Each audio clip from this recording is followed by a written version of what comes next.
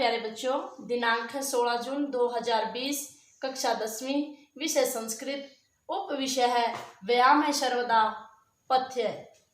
ये 10वीं कक्षा की सेम उसी द्वितीय भाग का तीसरा पाठ है। तीसरे पाठ का दूसरा भाग है। पहले वाले भाग में हमने 6 श्लोक किए थे और आज हम 7वें श्लोक से 11वें श्लोक तक करेंगे। प्यारे बच्चों, जैसा कि हमने पहले वाले भाग में बताया था कि आचार्य सुश्रुत ने व्यायाम के गुणों को इस पाठ के माध्यम से बताया गया है और व्यायाम करने वाले को क्या क्या फायदा होता है, इसी का वर्णन इस पाठ में किया गया है। व्यायामं कुरुतो नित्यं वृद्धम अपि भोजनम विदग्धम अविदग्धम व निर्दोषम परिपच्यते। नित्यम व्यायामं कुरुतः, अन्वय है इसका, नित्यम व्यायामं कुरुतः विदग्धम अविदग्धम व विरुद्धम भोजनम अपि निर्दोषम परिपच्यते। प्यारे बच्चों, इस श्लोक के माध्यम से क्या बताया है कि व्यायाम करने वाले जो मनुष्य है उसको कैसा ही भोजन क्यों ना हो, विदग्ध हो या अविदग्ध हो, यानी विरुद्ध हो या उसके शरीर के अनुकूल हो, बिना किसी हानि को पहुंचाते हुए वो भोजन आराम से पच जाता है। नित्यम व्यायामं कुरुतः, सदा व्यायाम करने वाले को, विदग्धम अच्छी तरह से पका हुआ, अविदग्धम व या अच्छी तरह से न पका हुआ, विरुद्धम विरुद्ध भोजनम भोजन, अपि भी निर्दोषम परिपच्यते, बिना किसी दोष के पच जाता है। आगे है श्लोक नंबर 8। व्यायामो ही सदा पथ्यो बलिनाम स्निग्ध भोजिनाम स च शीते वसंते च तेषां पश्यतमः समृतः। अन्वय है श्लोक का, ही व्यायाम है स्निग्ध भोजिनाम बलिनाम सदा पथ्य स शीते वसंते च तेषां पथ्यतमः समृतः। प्रस्तुत जो श्लोक है, इस श्लोक के माध्यम से क्या बताया कि मनुष्य को चिकनाई युक्त भोजन करना सबसे अधिक क्या है, लाभदायक होता है। ही क्योंकि व्यायाम है, व्यायाम स्निग्ध भोजिना, स्निग्ध चिकनाई से युक्त भोजन करने वालों के लिए सदा पथ्य हमेशा क्या है, कल्याणकारी होता है। वैसे अगर कोई नॉर्मल आदमी ज्यादा चिकनाई से युक्त भोजन करता है तो उसके शरीर के अंदर बहुत सारे रोग उत्पन्न हो जाते हैं, उसका बीपी बढ़ जाएगा, उसका कोलेस्ट्रॉल बढ़ जाएगा। लेकिन जो मनुष्य व्यायाम करता है उसको चिकनाई वाला भोजन है वो क्या है, हमेशा उसके लिए कल्याणकारी होता है। स शीते वसंते च तेषां पथ्यतमः समृतः, वह शीते सर्दी में, वसंते वसंत ऋतु में, तेषां उनके लिए पथ्यतमः समृतः हमेशा ही क्या है, सबसे अनुकूल बताया गया है।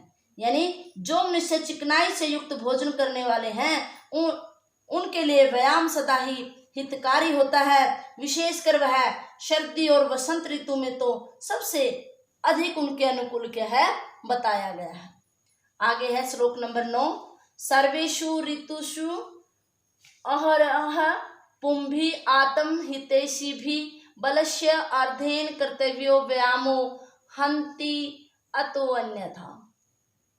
अन्वय है इसका, आत्म हितैषी भी पुंभी सर्वेषु ऋतुषु अहरह बलस्य अर्धेन व्यायामः कर्तव्य अन्यथा हन्ति। प्रस्तुत जो श्लोक है संस्कृत विषय की पाठ्य पुस्तक से मुसी द्वितीय भाग से संकलित व्यायाम सर्वदा पथ्य से उद्धृत है। और इस श्लोक में क्या बताया है कि उसे करने की विधि किस प्रकार है, यानी मनुष्य को हमेशा अपने आधे बल के अनुसार ही क्या है, व्यायाम को करना चाहिए। आत्म हितैषी भी, आत्म यानी अपना हित चाहने वालों के द्वारा, पुंभी मनुष्यों के द्वारा, पुंभी क्या होता है, पुरुषों के द्वारा, मनुष्यों के द्वारा, सर्वेषु ऋतुषु सभी ऋतुओं में, अह प्रतिदिन बलस्य अर्धेन बल के आधे भाग के द्वारा हंति व्यायाम कर्तव्य है, व्यायाम करना चाहिए, अन्यथा हंति, अन्यथा वो क्या है, अस्वस्थ हो जाता है। अगर हम जरूरत से ज्यादा करेंगे तो भी हमें क्या है, उसका ज्यादा फायदा नहीं होगा, कई बार क्या है उसका नुकसान हो जाता है। इसलिए क्या बताया कि अपना हित चाहने वाले पुरुषों के द्वारा सभी ऋतुओं में प्रतिदिन शरीर के आधे बल के अनुसार ही क्या है, व्यायाम करना चाहिए, अन्यथा अधिक शक्ति से किया गया व्यायाम भी मनुष्य को क्या कर देता है, हंति यानी मार डालता है, यानी अपेक्षाकृत हमें क्या है, अधिक लाभ देने वाला नहीं होता। आगे है श्लोक नंबर 10। आगे श्लोक नंबर 10, हृदय स्थान स्थितो वायुर यदा वक्त्रम परपद्यते व्यायामं कुर्वतो जंतोस्तद बल अर्धस्य लक्षणम। फिर इस श्लोक में क्या बताया कि व्यायाम जो बल, इसने ऊपर वाले श्लोक में बताया था कि मनुष्य को अपने शरीर के आधे बल के अनुसार ही व्यायाम करना चाहिए। फिर इसमें बताया कि आधा बल मनुष्य का कैसा होता है।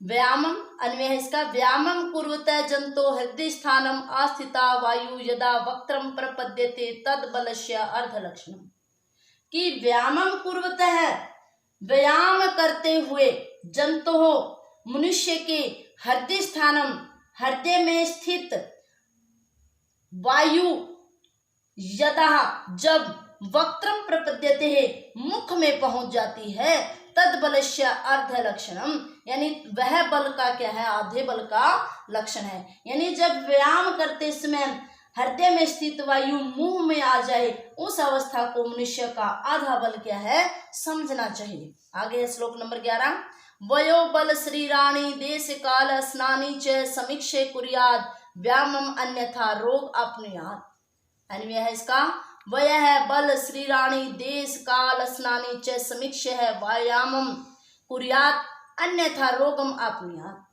प्रस्तुत जो श्लोक है इसमें क्या बताया कि मनुष्य को सलाह दी गई कि अपने आयु, बल, देश, समय और भोजन का विचार करके ही मनुष्य को क्या है, व्यायाम करना चाहिए। मनुष्य को व्यय है आयु, अपनी आयु, बल, शरीराणि शरीर, देश काल, स्थान और समय, स्नानि भोजन की, समीक्षा है समीक्षा करके, विचार करके, व्यायामं कुर्यात् व्यायाम करना चाहिए, अन्यथा रोगम अपनुयात् अन्यथा वह क्या है, रोगों को भी क्या है, प्राप्त कर लेता है। कहने का भाव क्या है कि व्यक्ति को अपना स्वास्थ्य बनाए रखने के लिए नियमित रूप से व्यायाम तो अवश्य करना चाहिए, परंतु उसे अपनी आयु, बल, शरीर आदि का विचार करते ही शुद्ध स्थान, उचित समय पर ही व्यायाम करना चाहिए, अन्यथा वो क्या है, रोगों की भी होने की संभावना हो जाती है। प्यारे बच्चों, आशा है मुझे आपको ये पाठ समझ में आया होगा। इस पाठ को आप 2-3 बार देखिए। प्लीज इसको लाइक एंड सब्सक्राइब कीजिए। आपका दिन शुभ रहे, स्वस्थ रहे। धन्यवाद।